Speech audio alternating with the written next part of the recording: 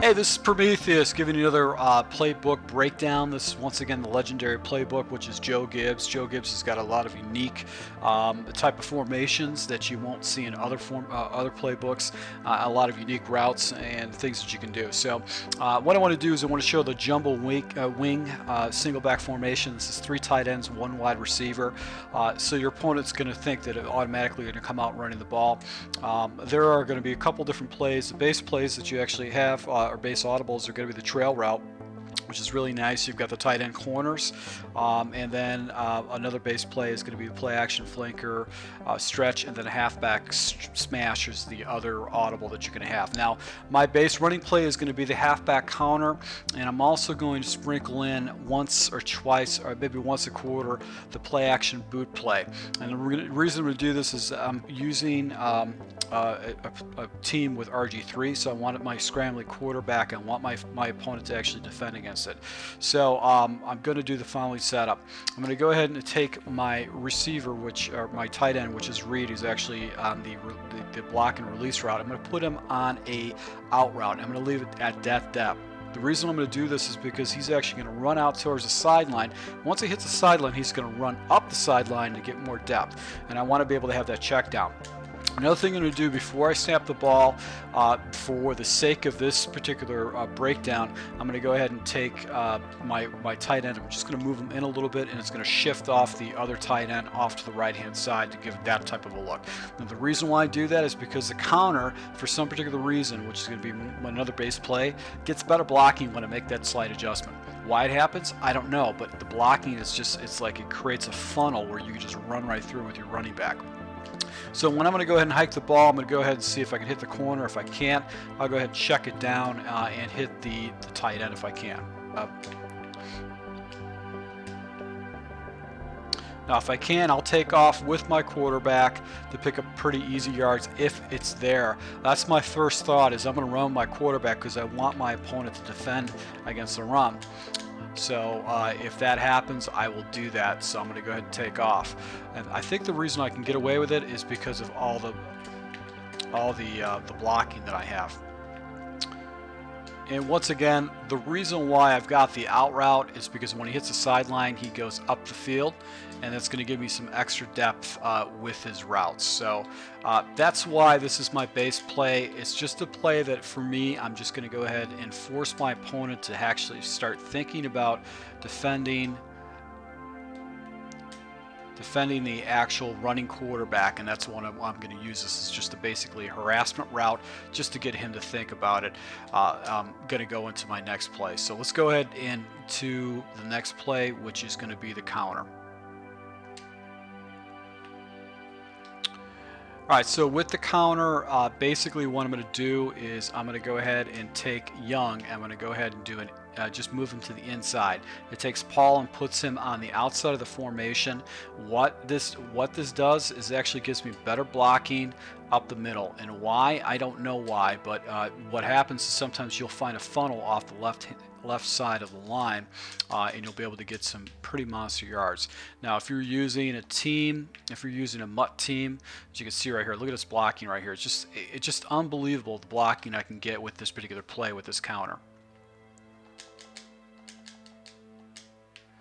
Safety rolled down, probably going to blow this running play up, but as you can see right here, all the blocking just goes up in the middle. That play should have been blown up in the backfield.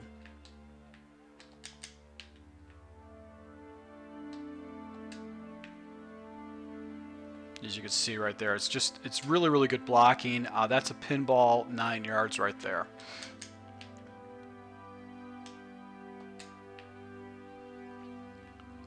So what I like about this is it's just going to give my opponent a certain look, and then what I can do is I can complement it with a smash and do the same situation too. Paul actually is going to go into where the tackle's at. It's just going to give me another level of blocking. So this is going to allow me to go ahead and just attack my opponent on either side of the field. So the smash route is just going to be, the smash run is just going to be just another run that's going to keep my opponent honest. It's going to give me some fairly good yards. So let's take a look at the next audible.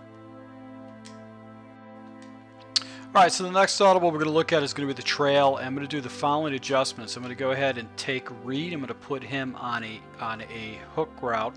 I'm going to take Young and put him on a hook route. The reason I'm going to try to attack the inside of the field here because the other audibles are going to actually complement the outside of the field. Now I've got Paul on the angle route, and if I do the little motion like this, he's going to get out a little bit further, and really I'm going to go ahead and look into the inside of the field, and I got the angle route that I can pick up some fairly easy yards against my opponent. So that's going to be my main read is going to be that angle route. Now I always want to keep on faking this motion because that's going to be the same look that my opponent's going to be looking at. Now if it's man coverage, I've got that quick out route, be able to pick up an easy 10 yards with that against man coverage. And I've got the hook route right there on the other side too against my opponent. So that's just going to force him to defend the inside of the field against the angle route and against the little hook routes you're going to be doing in the middle of the field. So he's going to have to force him to go into different types of coverages, and it's just going to be very difficult for him to stop all that stuff. So the next formation we're going to look at.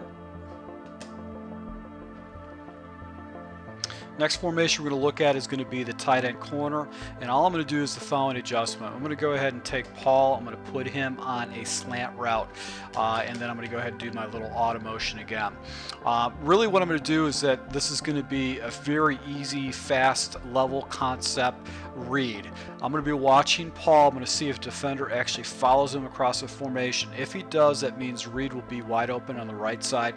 If no one follows and defenders fall back, that means I've got a high-low concept with the tight end, which is a triangle or Paul. So this is zone coverage, and I've got an easy completion right there going across the side of the field like that. Once again, I'm going to motion my guys. And as you can see, Paul gets an easy, fast release, able to pick up a good 10 yards across the other side of the field.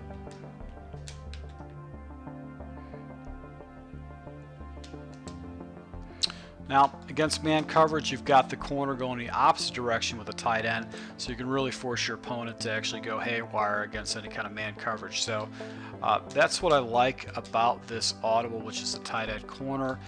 It's just going to give you just another way to attack your opponent against those type of routes. You got the corner on the other side too right here. And the final play is going to be the play action stretch, and what I like about this is off to the right hand side. What I'm going to do is I'm going to take Reed and actually put him in a flat route, and I'm going to go ahead and look for the flat route first. If that's not available, I'm going to go ahead and take it up top to the other tight end who's on a corner route. So as you can see, the corner route on the tight end is going to be wide open if it's man coverage. And if a defender doesn't go in the area, you can always check it down to the wide receiver if it's a second down situation or it's a short yardage situation. So let's see, no one comes in the area. I'm going to go ahead and check it down, pick up some easy yards like that. And if you wanted to, you can keep your opponent honest by bombing it up with this wide receiver. Got a lucky play right there, I think, to go ahead and catch that ball, but that's not something I'm going to do on a regular basis. There's no reason to go ahead and check it down, especially when I've got good reads like that. So I hope you like this. I'm going to be running this in my full game Friday with this particular formation. We're running a few formations in this playbook, but I like this formation just because of some of the blocking that I get and some of the options that I get. So if you do like this stuff, please go ahead and hit the like button. If you have any kind of comments on this, feel free to leave comments in the comment thing. I really appreciate your support. Until next time.